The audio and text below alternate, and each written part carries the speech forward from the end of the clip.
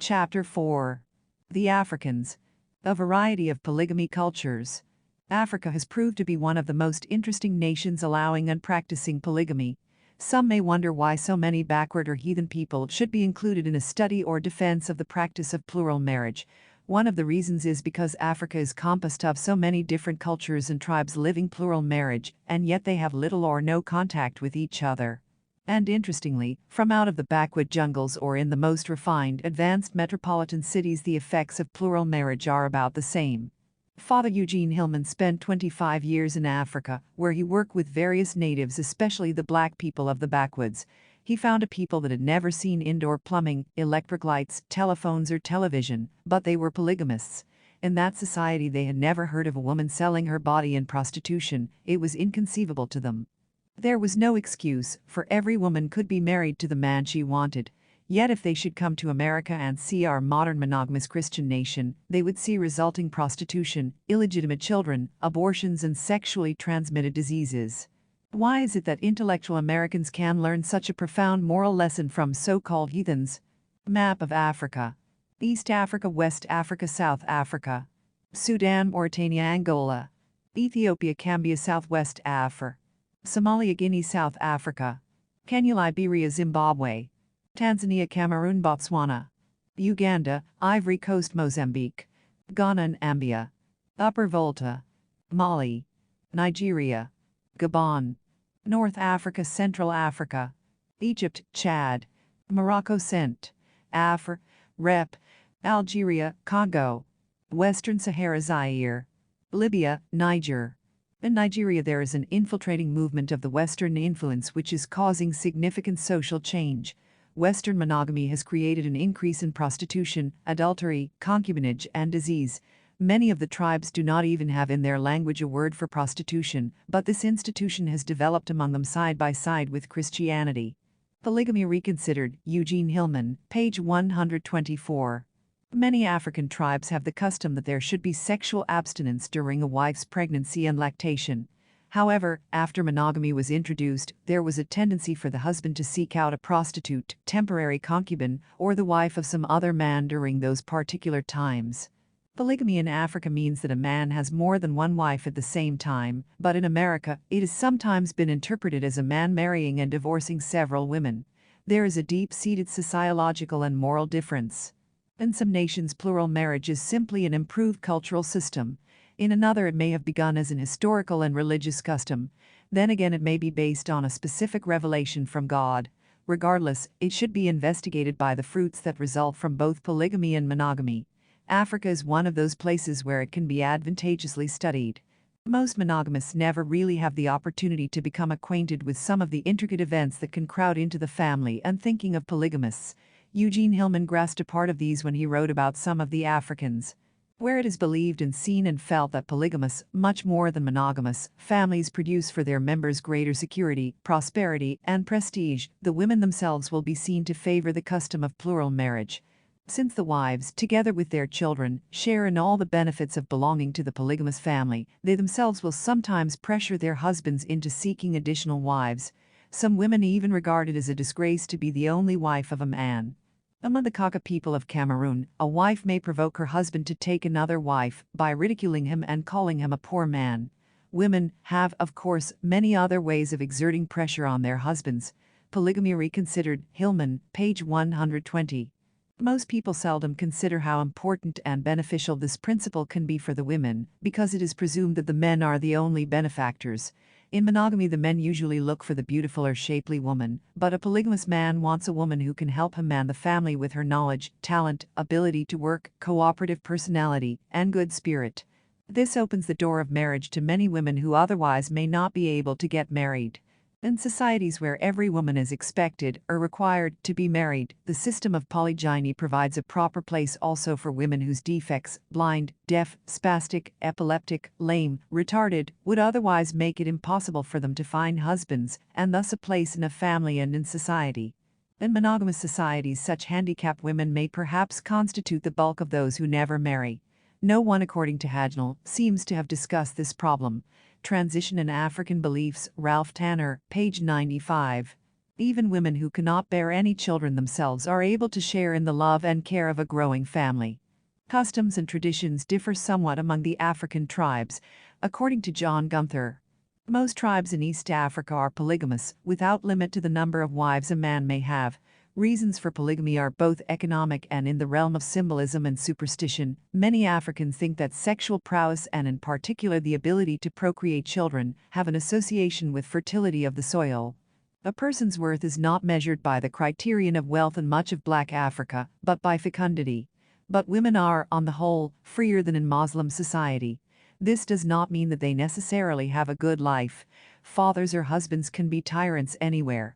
But, generally speaking, a young Bantu girl is not packaged up and delivered to the groom's side unseen by her parents to become an ornament in a stranger's harem. She herself can associate with young men and know the joys of courtship and even have a say in the choice of a husband. She can refuse an undesired suitor and is seldom, at least in advanced tribes like the Chagas, married against her will. In many tribes a bride is supposed to be a virgin, and promiscuity and infidelity are frowned upon. Inside Africa, John Gunther, page 296. One of the tribes that does not live plural marriage is the Pygmies, as observed by the same author. Pygmies are monogamous. It was difficult to tell women from men. The children had swollen bellies, with their navels bulging out almost in the shape of small pears. Pygmies in the Congo and Rwanda are forest people who seldom see the sun, grow no crops, do no work, and live on the game they spear or trap. They have no villages of their own. They are predominantly meat-eaters, but not cannibals. Pygmies are generally despised by other Africans. A black servant will say to his master, "There are 4 men outside, and 2 pygmies." Nobody knows surely the origin of the Pygmies, who must be among the ugliest people in the world. Inside Africa, Gunther, page 684. And speaking of one pygmy woman, Gunther said she might have been 14 or 40. Ibid, page 684. The Pygmy tribe is one of the 22% of the African groups that does not accept polygamy. From this total of 742 clearly identified socio-cultural units, it was found that in 580 of them polygamy is accepted as a preferential form of marriage. In other words, polygamy is traditionally and socially normative in 78% of these anthropological groups, although the incidence is not the same in all of them. Polygamy reconsidered, Hillman, page. John Gunther also observed and reported numbers of polygamous people in specific areas of Africa. Rwanda and Burundi are separate units historically, but are administered together. Each has about 2 million people on roughly 10,000 square miles. 8% of the people are still polygamous. There are only 5,406 Europeans in all. Inside Africa, Gunther, page 685. Population percentages in Guinea show a ratio of 122 females for every 100 males. In Tanzania the male ratio is 95 to every 100 females, while in the Kilimanjaro region, there are a surplus of over 17,000 females. These ratios are not confined to African regions, but are similar all over the world. Insurance companies' statistics show that the mortality rate of infants is much higher in males than females. Later the males suffer losses through wars, occupational hazards, and usually die at earlier age than do women. In the sub-Saharan Africa there are about 150 females for every 100 men. If modern Christianity enforced their monogamous rule on these people, it would produce absolute chaos. It is apparent, however, that the natives will hold on to their polygamous culture, in spite of these modern family busters who come in the name of Christianity. As one African writer stated, "The practice of polygamy is at present the rule in Africa. Women have not only reconciled themselves to their position, some even consider it a disgrace to be the only wife of a man. They give all sorts of reasons for desiring a partner or co-wife, and sometimes help their husbands to prepare for the necessary expenses of having another wife. As long as this idea remains, polygamy will no doubt remain." Polygamy in the Church in Africa, SIKL, pages 222-23. In the Badam tribe there are very few illegitimate children because they encourage the young women to marry early. They soon learn that it is wise while young males are roaming around. There, as here in America, most young males have a tendency to postpone marriage. The Christian missionary system in Africa began to assume a more tolerant attitude after realizing the sorrow and problems inflicted upon their converts. To make polygamists divorce, break up families, throw wives into celibacy, widowhood, poverty, disgrace and prostitution had to be un-Christian. It could even be classed as one of the sins committed by the clergy which Jesus condemned as heavy burdens and grievous to be borne. But they themselves will not move them with one of their fingers.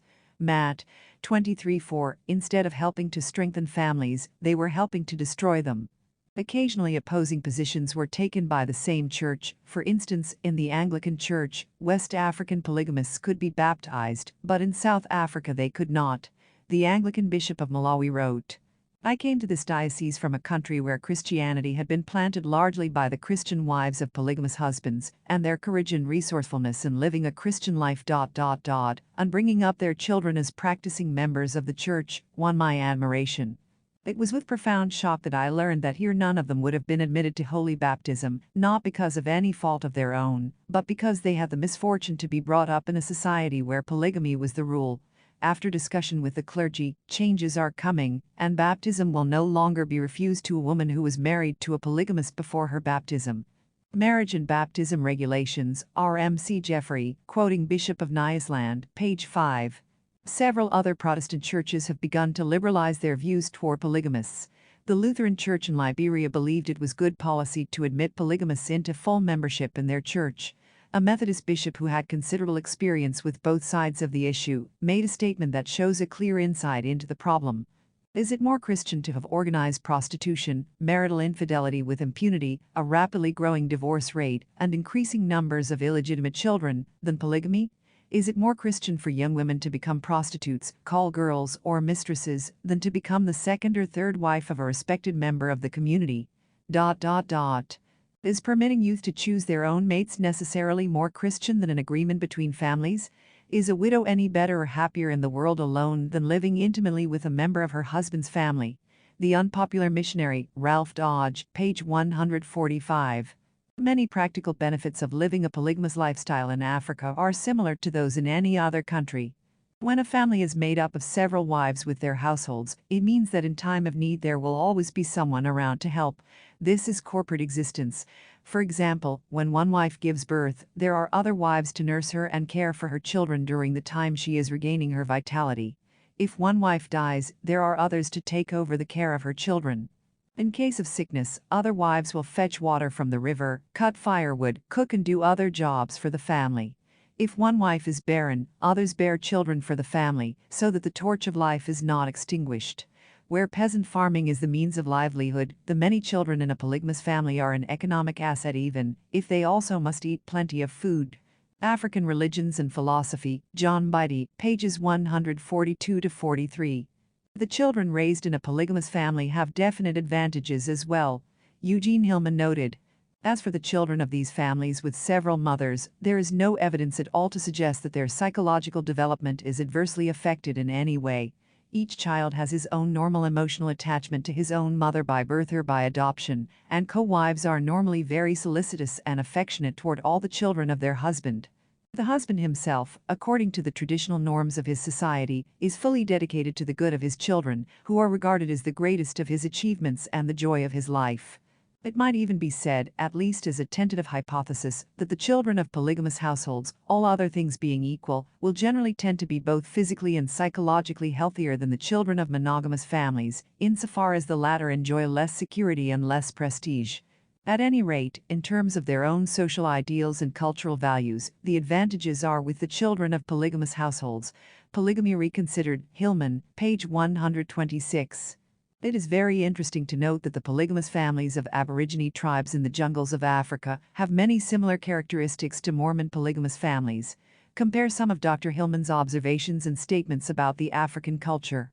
Each new relationship gives a greater cohesion to the aggregates of social units that make up the tribe or people or nation. In such a society, each member is to many others in some degree a brother, or sister, or mother, or father, son or daughter, for each one belongs to the same ethnic cultural family, often with the same legendary common ancestors. The deep sense of solidarity, which may even be traced back mythologically to common parents in the beginning, imposes the duty to continue each family through offspring. This vital continuity of past and future generations is concretely symbolized in the special relationships and the titles used between grandparents and grandchildren.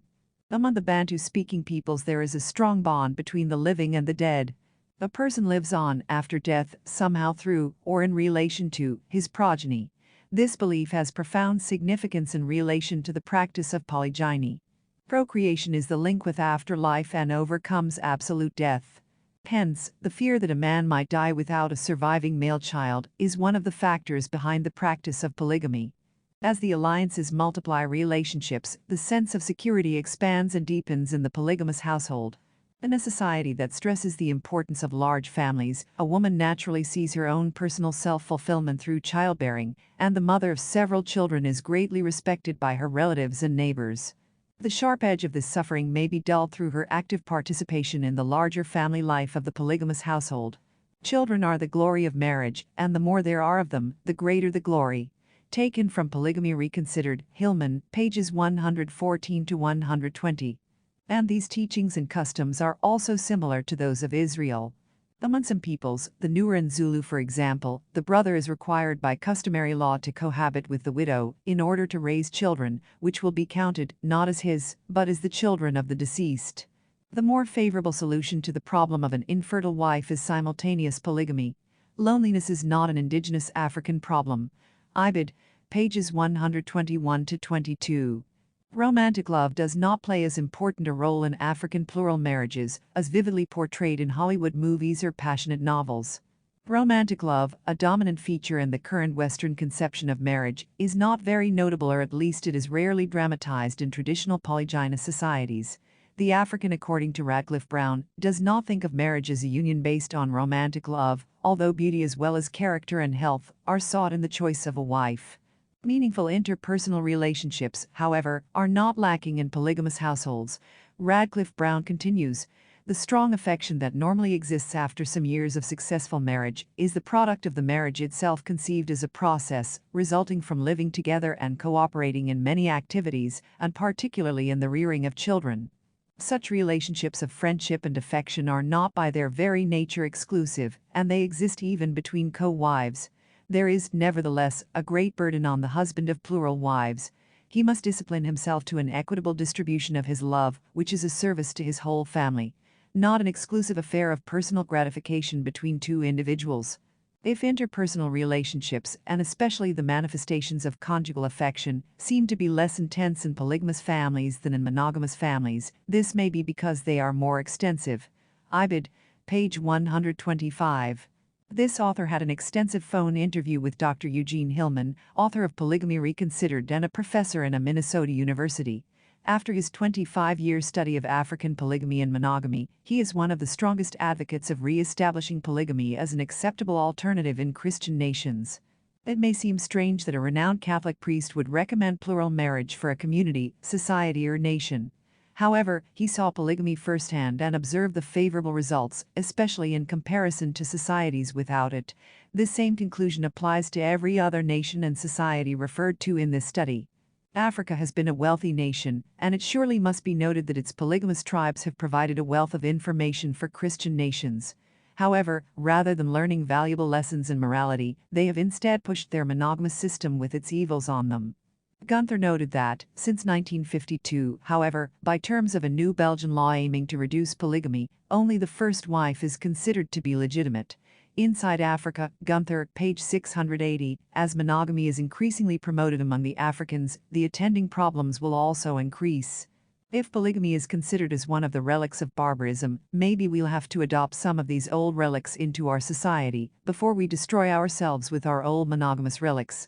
Of all the evil attending the monogamous Christian nations, it may be better to adopt the social polygamous laws of the jungle so we could improve our modern society. In many ways, our present society is worse than that of these backward nations.